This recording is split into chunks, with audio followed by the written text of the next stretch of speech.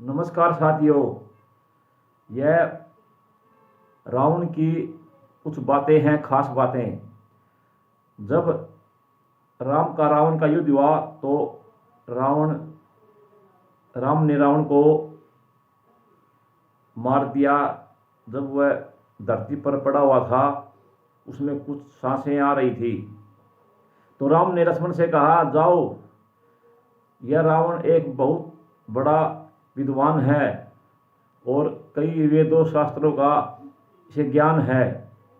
आप जाओ, आप इससे कोई शिक्षा लेकर आओ, कोई अच्छी सी बात पूछ कर आओ। तो इतना कहकर लक्ष्मण उसके सर की तरफ खड़ा हो गया।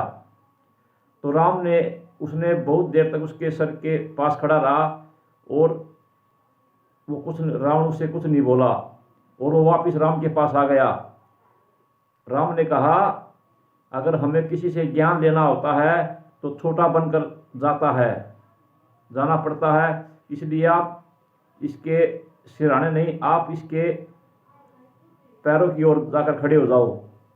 लक्ष्मण ने ऐसा ही किया, उनके पैरों की ओर खड़ा हो गया।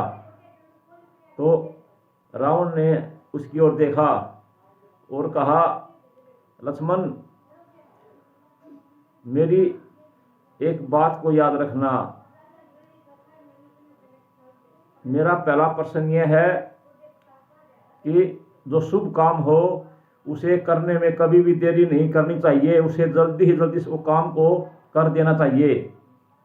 क्योंकि मैंने सोचा, मेरा पहला काम यह था कि मैं बाप से पहले बेटा नहीं मरे। मैंने इस काम को नहीं किया क्योंकि मैं इस काम को छोटा समझता था, क्योंकि बाप से पहला बेटा नहीं मरे, क्योंकि यमराज भी मेरे बंधन में था, मेरे कैद में था और मैं उसे ये काम करवा सकता था, लेकिन मैंने इस काम को छोटा समझा। और मैंने इस काम को छोटा समझा तो मेरे बेटे, पोते, पोतर, सब कुछ, मेरा सारा परिवार था, मारा गया अगर मैंने ये काम पूरा नहीं किया। क्योंकि मैं इस काम को छोटा समझता था। मैंने सोचा, तेरे बस में तो यमराज है, सब कुछ है, इस काम के लिए मैंने देरी कर दी। मेरा दूसरा सवाल था कि स्वर्ग में सोने की पैड़ी लाने का, क्योंकि मैंने सोचा यह काम, इसे भी मैंने काम को छोटा समझा और अंबर में पैड़ी नहीं लगा सका। यह कहते कहते मेरा यह दुर्दशा हो गई। नंबर 3, मैंने सोचा भी अग्नि में धुआं नहीं रहे, क्योंकि अग्नि देव भी मेरे बंधन में था, मेरी कैद में था। मैं वह काम उसे आसानी से करा सकता था, लेकिन मैंने भी उस काम को छोटा समझा और छोटा समझने से मेरा यह हाल हो गया और मैं अग्नि से धुआं खत्म नहीं कर पाया। लक्ष्मण, मेरी बात को ध्यान से सुनना, क्योंकि जो हम शुभ काम करते हैं हमें उस काम के लिए देरी नहीं करनी चाहिए, उस काम को जल्दी से जल्दी पूरा करना चाहिए। शुभ काम में कोई देरी नहीं करनी चाहिए। तो फिर रावण ने कहा, मेरा और सवाल है, दुश्मन चाहे कितना भी कमजोर क्यों ना हो, दुश्मन को कमजोर नहीं समझो। चाहे वो बलशाली हो, चाहे वो कमजोर हो, लेकिन दुश्मन को कभी भी कमजोर नहीं समझना चाहिए। क्योंकि जब मैंने ब्रह्मा जी की आराधना की, मैं मनुष्य और वानर को कुछ नहीं समझता था।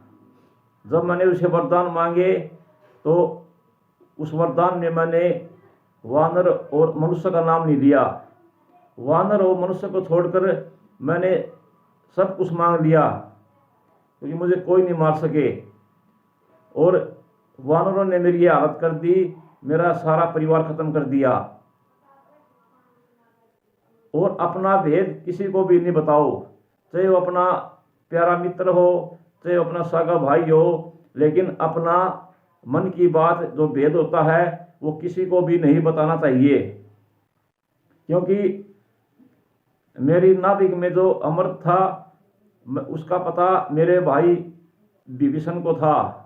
मैंने उसे सारा भेद बता रखा था, अगर मैं उसे ये भेद नहीं बताता तो राम क्या, चाहे 50 राम आ जाते, वह मुझे नहीं मार सकते थे, क्योंकि मैंने अपने भाई को सारा भेद बता दिया। इसलिए कितना भी प्यारा मित्र हो, कितना भी प्यारा भाई हो, कितना भी प्यारा बेटा हो, उसे कभी भी अपना भेद नहीं बताना चाहिए। मैंने भेद अपने भाई को बता दिया और यह मेरी हालत हो गई, नहीं तो राम मुझे कभी भी नहीं मार सकता था। लक्ष्मण, यह मेरी बातें सुनने की है, किसी को भी अपना भेद नहीं बताओ और शत्रु को कभी भी कमज़ोर नहीं समझो।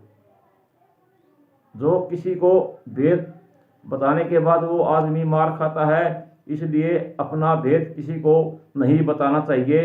सभी को हाथ जोड़कर नमस्कार।